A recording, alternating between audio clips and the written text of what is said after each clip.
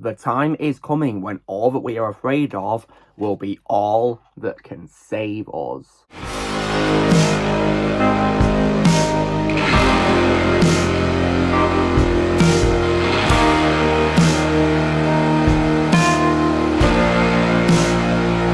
Hey everyone, Lucamus Prime here. So it is time for a brand new movie review today, and this time it's going to be for a superhero film, and this time it's for a superhero franchise based on characters of the same name from Marvel Comics. And this is of course the first installment of this franchise, which is of course produced by 20th Century Fox. And this film, of course, which helps kick off this franchise and introduce a new team of characters to Marvel's movies, is of course none other than 2000's X-Men. So, now, when it comes, of course, to how this film was made then, so, development of this film began as far back as 1984 with Orion Pictures, and there was many discussions at a point who was going to direct the movie.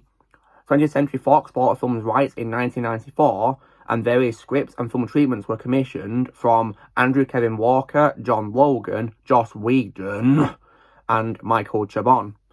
And then the film's director signed on, and sadly it's a director I've lost respect for, which is Bryan Singer. But this was back, of course, before I lost respect for him. He signed for a movie in 1996 with further rewrites by Ed Solomon, and then Singer himself, and also Tom DeSanto, Christopher McQuarrie, and also as well David Hayter. And sadly though, because of this, the characters Beast and Nightcrawler were deleted over budget concerns from Fox, which in my opinion was disappointing, but at least those characters appeared in the next movies. And this film also marks the American movie debut for the actor Hugh Jackman, who of course plays the role of Wolverine. And he was cast 3 weeks into filming. The filming took place from September 22nd, 1999 to March 3rd, 2000, and primarily in Toronto. The film premiered at Ellis Island, which is pretty cool because that's actually, of course, where the film is taking place. And this was, of course, premiered on July 12, 2000, and then was released in the United States on July 14th. The film received positive reviews from critics and was a box office success, grossing $296 million worldwide. And its success, of course, leads to a series of films and helped re-emerge the superhero film genre. So, when it comes, of course, to my reaction to this film, then my first-time reaction, so when I was a little kid, I thought I'd decide to watch more Marvel superhero films after I, of course, absolutely loved Tobey Maguire as Spider-Man, for example. And I discovered there was films of the X-Men. And I thought it was really interesting, really. So I gave this film a watch when I was a little kid. And I gotta say that I absolutely love this movie. I think it's definitely really amazing. And I would regard it as probably my personal favourite out of the original trilogy of the X-Men franchise. And I definitely think it's a really amazing film. So, now what is this movie about then? So this film, of course, depicts a world where an unknown proportion of people are mutants who possess superhuman powers but make them destructive on normal humans.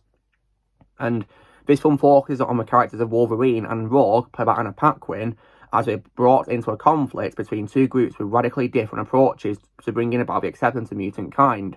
One group is of course, the X-Men, led by Professor Charles Xavier, and the other is a Brotherhood of Mutants, led by Magneto. So, now, when it comes, of course, to what I think is great about this film then, so, I think this film had a phenomenal casting choice. So, I've already, of course, mentioned the casting of Hugh Jackman as Wolverine, and I will simply say that, in my opinion, Hugh Jackman was an absolutely perfect casting as Wolverine.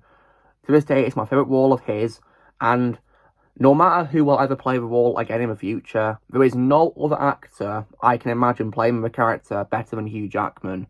As far as I'm concerned, Hugh Jackman is Wolverine. To me, his best role of all time. I really admire his dedication he put into a role in all the films he appeared as in, especially in this movie, because of his training for the role. And in my opinion, he absolutely nailed it with a phenomenal performance as a character. And I also thought it was pretty cool how he developed an American accent for a role, because he's Australian in real life. And I thought his American accent was very convincing. And of course, I do also love how he based on Johnny Depp as well, which was pretty awesome. But Hugh Jackman, to me, is a perfect casting as Wolverine. In my opinion, irreplaceable. And I also, as well, definitely really love the casting as well of Sir Patrick Stewart as Professor X, or Professor Charles Xavier. And just like with Hugh Jackman, I also regard Patrick Stewart as a perfect casting as Charles Xavier. And what's cool is, in the 90s, he was a fan favourite choice for a role, and the fans got their wish because he got to play the parts in lots of films. And Sir Patrick Stewart, of course, has a big place in my heart because I've actually met him as well in real life in 2006, so it's definitely really amazing to see him on the screen in this role, and I definitely really love him as Charles Xavier. I think he was a perfect casting for a role, and Charles Xavier is a great character. He's very likeable and friendly and very welcoming. That's what I loved about him. And I also, as well, definitely love casting as well of Famke Janssen as Jean Grey. Famke Janssen is my favourite Dutch actress of all time, and one of her favourite actresses in general. And Jean Grey is also my favourite role of hers. She's a great actress, and definitely, in my opinion, also perfectly casted. And just like, of course, with Wolverine and Professor X, there is also no one I would imagine playing the role of Jean Grey better than her, in my opinion. She was also perfect casting and really nailed the role in the trilogy. Just really did a phenomenal job playing Jean Grey. And I also, as well, definitely loved the casting of James Marsden as Cyclops, who is Charles Xavier's second in command and the field leader of the X-Men. And of course, he's also in a relationship with Jean as well. And James Marsden was also, in my opinion, a perfect casting for a role. What I will say is, I personally didn't like how in this trilogy he was pretty underused, especially in the second and third films. I personally didn't like that because I think Cyclops deserves way more screen time than that because he's supposed to be the X-Men's leader. But I appreciate in this film he does have a pretty big role, thankfully, so I was glad he had a big role in the film at least. But I still think the character deserved more screen time in the franchise as a whole, really. But with what he was given, James Marsden was great as Cyclops. I just wish he got more screen time than what he had. I did also, as well, love the casting as well of Halle Berry as Storm as well.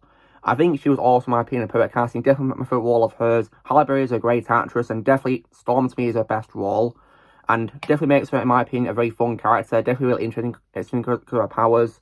And I was also so glad that in this film she stayed true to her character's roots, of course, by giving her an Egyptian accent, which I definitely really appreciated. So I did like, of course, how they did that because the character, of course, was raised in Cairo. So I'm really glad that she stayed faithful to her character in this movie. It's a shame in the next film she lost her accent for some reason. But I did appreciate in this film she stayed faithful. Now, when it comes as well to other supporting heroes, I've already mentioned one main character, which is Wolverine, but another mutant drawn into a conflict is also Rogue. And I personally really liked Rogue in this film, played by Anna Paquin.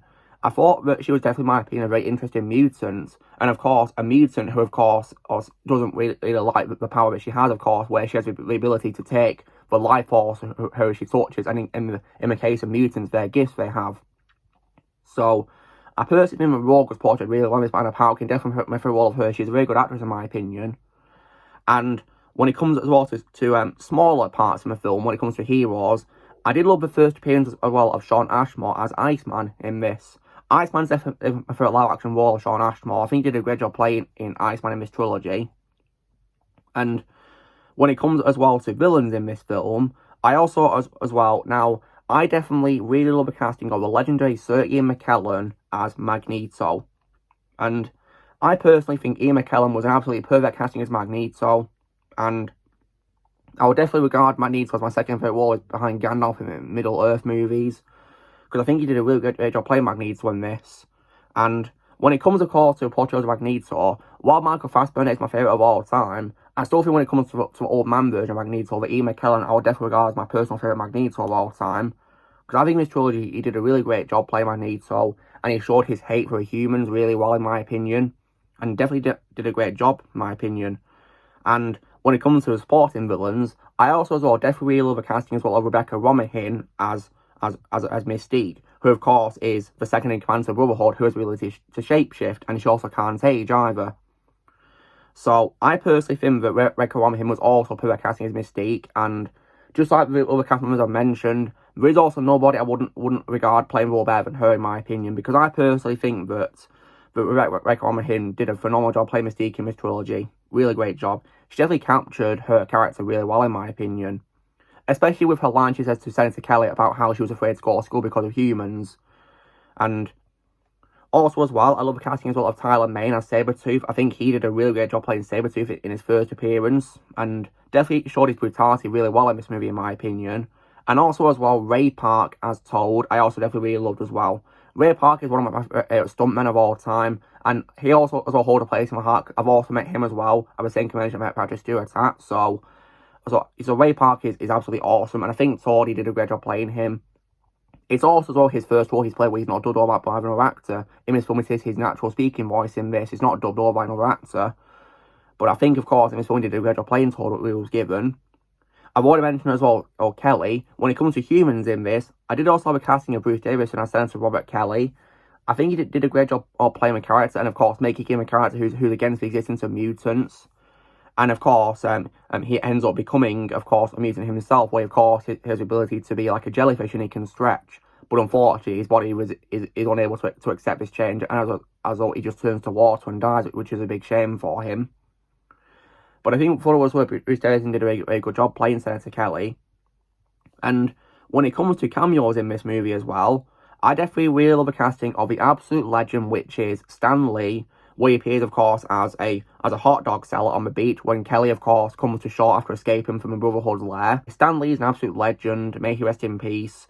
I've got to thank him for creating these iconic characters and inspiring billions of people around the world. Thank you, Stan. And I also love the casting as well of David Hayter, who is as well, and also Tom DeSanto making cameos in this. And also as well, I love the casting as well of George Boozer in a cameo role, where he appears as a truck driver starter of the film who drops Rogue off at a bar where she meets Wolverine. So it's pretty cool got him to cameo because he's actually the voice of Beast in the 992 X-Men series. So I love how he got an actor from that show to cameo on this, which was brilliant.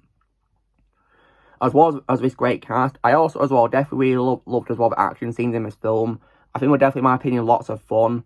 And I also love the visual effects in this film as well. Definitely, in my opinion, really great to watch. And definitely, in my opinion, hold up really well. Especially when I watch this movie on 4K as well. I think it holds up really well, in my opinion. And I also love the scores for this film composed by Michael Kamen, may he rest in peace. It's a shame that we lost him way too soon, but I still think his music, for what it was worth, was really great in this movie. And really nice to listen to, really good music. And I also think the film does a really good job with the world building, which introduces us, of course, to the mutants, and of course, how humans, of course, oppose them, and the fear of them. And I love how they, of course, introduce the two factions. One, of course, the ones to negotiate peace with humans, and one, of course, wants to kill humans. So I definitely really love that story in this movie. I think they did a really great job with that, introducing these characters to a big screen. I think they did it really well, in my opinion. And that's why I think this film did a great job helping revive the superhero genre. Definitely did a brilliant job at it. The film is something I really appreciate too, because it definitely did a really great job helping spawn this new franchise. And of course, this franchise definitely did really well thanks to the success of this film. So I really appreciate this film for helping kick off this franchise really so much. And I think the special effects are also, in my opinion, great, such as Mystique shape-shifting and also Wolverine's claws as well. And I just think it's brilliant, in my opinion. And definitely, in my opinion, lots of fun to watch. And so I think this movie is definitely, in my opinion, amazing. Absolutely. And definitely, for me, my favourite out of the visual trilogy. However, there are also any bad qualities I could probably have with this movie. I've already mentioned that Senator Kelly, of course, becomes a jellyfish-like mutant, and he can, of course, stretch through things. But I will say that personally, in the scene where he stretches through through the bars of his cell, it was, in my opinion, pretty cringe to look at, in my opinion. I didn't really like the look of it. Oh, gosh. And his death scene, in my opinion, as well, in my opinion, was in my opinion, could have been executed a bit better, because he simply just turns to water, and that's it, he's dead. So I kind of feel they could have maybe executed his death scene a bit better than what he did, in my opinion. But Bruce Davison still did a good job playing Senator Kelly for what it was worth, in my opinion. But I think the character deserved a better death scene than that, to be completely honest. And the effects were pretty freaky too, I must say, for his turning into water. And also, as well, when it comes to Mystique in this movie, she's somehow as well able to infiltrate the X-Mansion in disguise as Iceman to convince Rogue to leave, and of course get captured by Magneto for, of course, also his generator, which will, of course, send a radiation which will turn all the humans into mutants. But what problem I have with is how did she manage to get into the X-Mansion without alerting the telepath there? Like, couldn't Professor Xavier or Jean Grey sense that someone was in the mansion who was not a student or staff member? That was, in my opinion, pretty confusing. But nonetheless, I still think this movie is still really great nonetheless. And I also think that Storm's line she says to Thor when she defeats him is a bit confusing to understand, in my opinion, such as asking, do you know what happens when a Thor gets hit by a lightning as everybody else? That, in my opinion, was hard to understand. I don't understand what point she was trying to make from that. Pretty strange, really. Like, she could have probably ended it by saying that the Thor gets destroyed by a lightning, something like that. That would probably been, in my opinion, a lot better, to be completely honest. That's what I'll say, really. But for what it is worth, though, I still think that this movie is really great, and definitely, in my opinion, still lots of fun to watch. And definitely, in my opinion, a great start to this franchise. So I really appreciate it a lot for helping kick it off. And I'll, of course, be reviewing the next movie. This movie helped spawn, absolutely. So, this is me, of course, doing my review for 2000's X-Men. So, if you guys are going to be asking me what is my score for movie out of 10, well, because I definitely really love the movie, and I really appreciate it for helping kick off a franchise, I give it a very strong score of 9 out of 10, because I definitely really love it.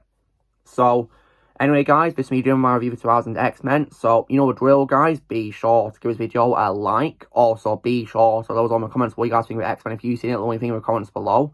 Also, be sure to join the team by pressing subscribe and videos coming in the future. And I'll see you all later.